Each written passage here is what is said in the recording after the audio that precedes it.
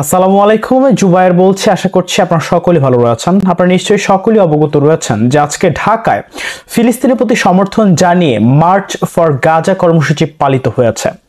অনেকেই বলছেন যে এই মার্চ ফর গাজার আয়োজন করছে বাংলাদেশ জামায়াতে ইসলামী ইসলামী ছাত্র শিবির। প্রথমে বলে রাখি যে এই যে আয়োজন, এই আয়োজন কারা আয়োজন করেছে আমরা সেটা বলতে চাই না, সেটা নিয়ে আলোচনাও করতে চাই না।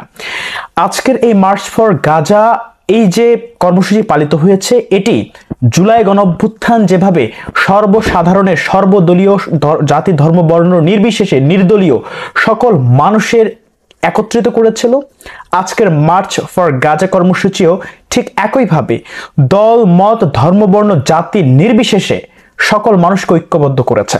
তবে এটা সত্য যে আজকের মার্চ ফর গাজা কর্মসূচি পালনে এবং ভলান্টিয়ার হিসেবে অনেক ছাত্র শিবির এবং জামাতের অনেক কর্মীরা অনেক ভলান্টিয়ারের ভূমিকা পালন করেছে, এজন্য অবশ্যই তারা ধন্যবাদ পাওয়ার যোগ্য।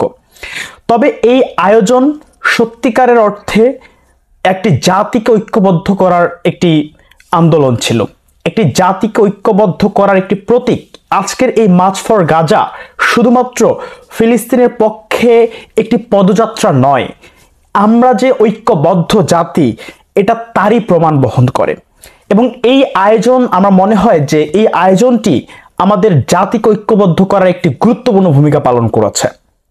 এবং আমরা এই বিতর্কে যাব না, এই বিতর্কে যাওয়া আমাদের কখনোই ঠিক হবে না। এটা যারা বলছেন, অনেকেই বলছেন এই ধরনের কথাবার্তা,